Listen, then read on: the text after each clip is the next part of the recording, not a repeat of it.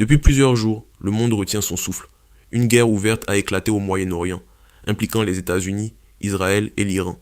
Ce n'est plus une menace, ce n'est plus une tension diplomatique, c'est une guerre réelle, avec des missiles, des drones, des morts et des conséquences qui touchent déjà des millions de personnes à travers le monde, y compris des Canadiens, des Européens et des Africains. Voici ce qui se passe, clairement, sans détour. De Yusuf, l'Iran est bombardé depuis 3 jours.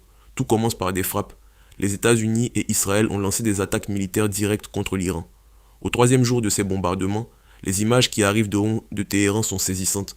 L'hôpital Gandhi, situé dans le nord de la capitale iranienne, a été frappé. Le siège de la télévision nationale iranienne a également été touché. Des avions de combat iraniens et des lanceurs de missiles ont été détruits. Des civils témoignent de la violence des explosions. Un Iranien raconte: il écoutait les informations chez lui quand soudainement le lustre de son salon est tombé et les fenêtres ont éclaté autour de lui. Il était tellement sous le choc qu'il ne savait même plus l'heure qu'il était. Ce genre de témoignage, multiplié par des milliers, décrit la réalité quotidienne des habitants de Téhéran en ce moment. Israël frappe aussi le Liban. Parallèlement aux frappes sur l'Iran, Israël a mené des attaques sur Beyrouth, la capitale du Liban. La cible, le Hezbollah, un groupe armé allié du régime iranien. Plusieurs immeubles de la ville ont été touchés. La population civile a fui dans la nuit. Une femme témoigne. Elle a quitté son domicile à 3 heures du matin avec sa famille, sans savoir où elle allait, sans destination, sans certitude. L'Iran riposte. Des missiles sur Israël et bien au-delà, l'Iran ne reste pas les bras croisés. Téhéran a répondu en tirant des missiles balistiques sur plusieurs villes israéliennes. Des habitants d'Israël décrivent leur terreur. Une femme raconte avoir vu de ses propres yeux ce qu'elle ne croyait voir qu'à la télévision, sauf que cette fois, c'était dans sa propre maison. Mais l'Iran ne s'est pas arrêté là. Les gardiens de la révolution, l'élite militaire iranienne, affirment avoir visé pas moins de 500 cibles liées aux États-Unis et à Israël dans toute la région. Les pays touchés sont nombreux. À Chypre, une base militaire britannique a été frappée. À Dubaï, dans les Émirats arabes unis, des missiles iraniens ont été interceptés et détruits en vol. L'ambassade américaine au Koweït a été attaquée. Dans la confusion de cette attaque, 3 avions de combat américains ont été abattus par les forces koweïtiennes elles-mêmes. Les 6 membres d'équipage ont pu s'éjecter et sont dans un état stable. Des drones iraniens ont également frappé le complexe de l'ambassade américaine à Riyad, en Arabie Saoudite, provoquant un incendie. Bien que les dégâts matériels soient limités, le message est fort. L'Iran s'en prend directement aux représentations diplomatiques américaines, chose qui n'avait jamais été faite auparavant avec une telle audace.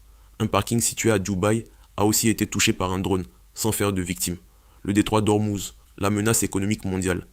Voilà l'un des aspects les plus inquiétants de cette guerre pour le reste du monde. Il existe un passage maritime stratégique appelé le détroit d'Ormuz. C'est un bras de mer étroit qui relie le golfe Persique à l'océan Indien.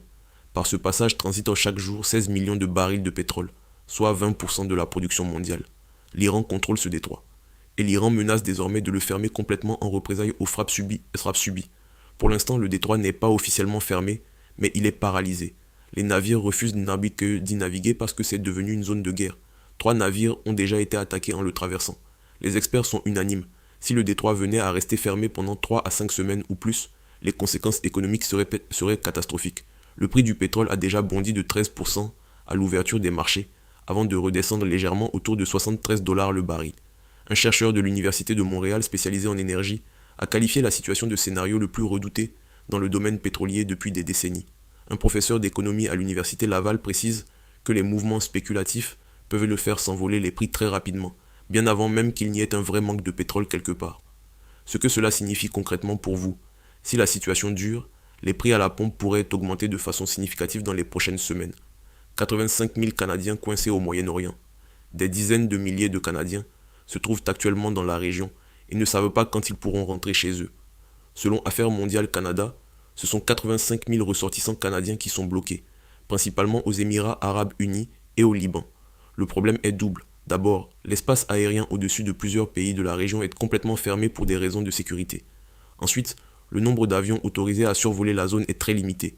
La Jordanie, le Qatar, Israël et les Émirats arabes unis font partie des pays touchés par ces restrictions. Des Québécois coincés à Dubaï témoignent de leur désarroi. Leur croisière est annulée, leurs médicaments risquent de manquer, et surtout, ils ne savent pas combien de temps tout ça va durer. Est-ce 2 semaines, 1 mois? Personne ne le sait. Le gouvernement canadien demande aux ressortissants de rester à l'abri et à renforcer ses services consulaires dans la région. Les experts notent que c'est la première fois depuis la pandémie de Covid-19 que les perturbations dans l'industrie aérienne atteignent une telle ampleur, avec des répercussions ressenties bien au-delà du Moyen-Orient. L'Europe se divise. La France se réarme, l'Espagne dit non. En Europe, les réactions sont contrastées. D'un côté, le président français Emmanuel Macron a livré un discours majeur sur la dissuasion nucléaire. Il a annoncé que la France allait augmenter son nombre d'ogives nucléaires, en tenant compte des intérêts de ses partenaires européens comme l'Allemagne et le Danemark. Il a présenté cela comme une démarche complémentaire à l'OTAN, dans un contexte où l'administration Trump pousse l'Europe à se défaire de sa dépendance militaire envers les États-Unis. Macron a été très clair, la guerre au Proche-Orient apporte son lot d'instabilité à nos frontières, surtout tant que l'Iran conserve des capacités nucléaires et balistiques intactes. La France, la Grande-Bretagne et l'Allemagne ont également déclaré être prêtes à prendre des mesures défensives proportionnées pour protéger leurs intérêts et ceux de leurs alliés dans la région. Le Premier ministre britannique a insisté sur le caractère purement défensif de ces actions. Les Britanniques affirment avoir déjà intercepté des attaques visant leurs installations militaires dans la région.